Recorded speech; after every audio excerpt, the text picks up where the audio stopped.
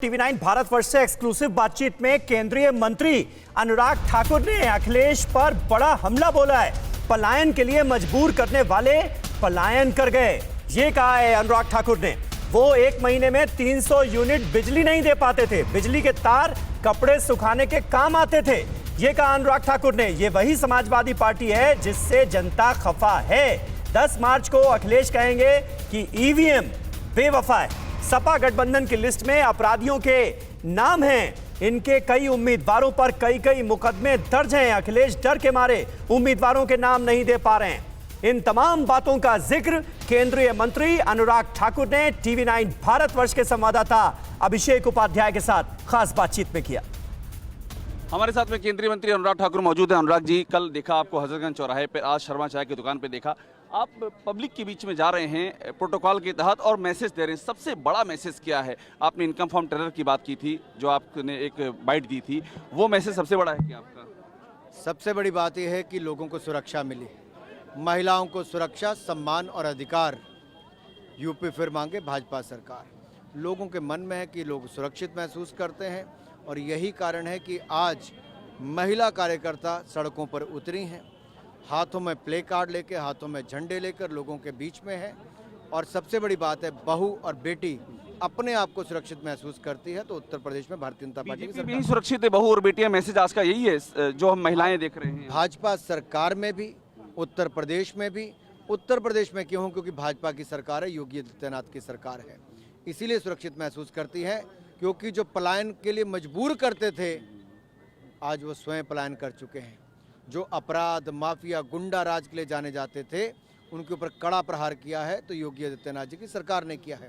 और जो अखिलेश जी कहते हैं कि 300 यूनिट मुफ्त बिजली देंगे, उत्तर प्रदेश की जनता पूछती, भैया एक महीने में 300 घंटे तो बिजली दे नहीं पाए थे। एक महीने में 300 घंटे नहीं दे पाए थे? इसका रिकॉर्ड आपके पास है? बिल्कुल।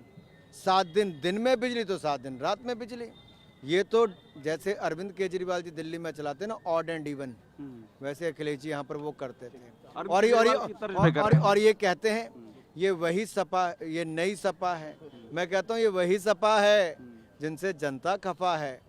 और 10 मार्च को अखिलेश जी कहेंगे ईवीएम बेवफा है। आखिरी सवाल, इनकम फॉर्म टेरर जो आपने कहा था अनुराग जी, उसके पीछे क्या है? क्या कुछ ऐसे तथ्य आपके पास है? इनकम फॉर्म टेरर का मतलब सीधा सा इंडिकेट करना होता है कि गैर कानूनी या एंटी नेशनल एक्टिविटी से चीजें आ रही हैं। मुझे लगता है पूरा प्रदेश और देश जानता है।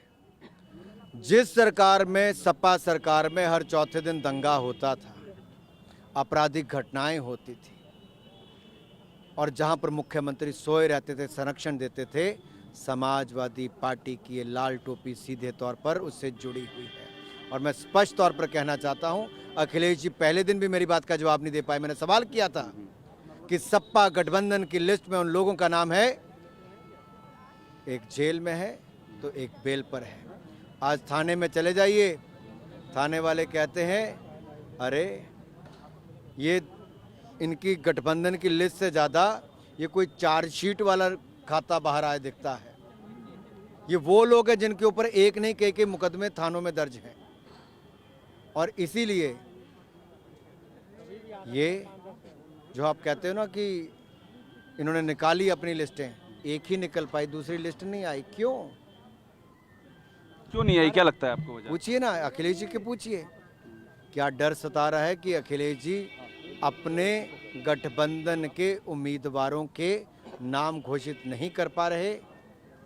कारण क्या कुछ बिखराव की बात आप इशारा कर रहे हैं? क्या कि अंदर कुछ बिखराव है, इसकी इशारा कर रहे हैं? आज अगर प्रेस कॉन्फ्रेंस अखिलेश यादव जी करते, उनसे पूछिए कि मेरा जेल और बेल वाले पे जवाब नहीं दे पाए, अपनी अगली लिस्ट नहीं निकाल पाए। मैं कहता हूँ 300 घंटे वो बिजली नहीं दे पाए और उनके समय तो बिजली के तारों कपड़े सुखाने के काम आती थी, बिजली तो आती ही नहीं थी। ये कविता आपकी खुद की गढ़ी है क्या? आपने जो ईवीएम वाली बात की कि ईवीएम बेवफा है, वो कहेंगे? मैं फ्लो में जो बोल गया। शुक्रिया, बहुत शुक्रिया। और केंद्रीय मंत्री अनुराग ठाकुर टीवी9 के सवालों का जवाब देते हुए और अखिलेश यादव पर हमला करते हुए। कैमरामैन चेतन शर्मा के साथ अभिषेक उपाध्याय, टीवी9 भारतवर्ष, लखनऊ। अड़ी सोमवार से शुक्रवार शाम 6 बजे सिर्फ टीवी9 भारतवर्ष पर।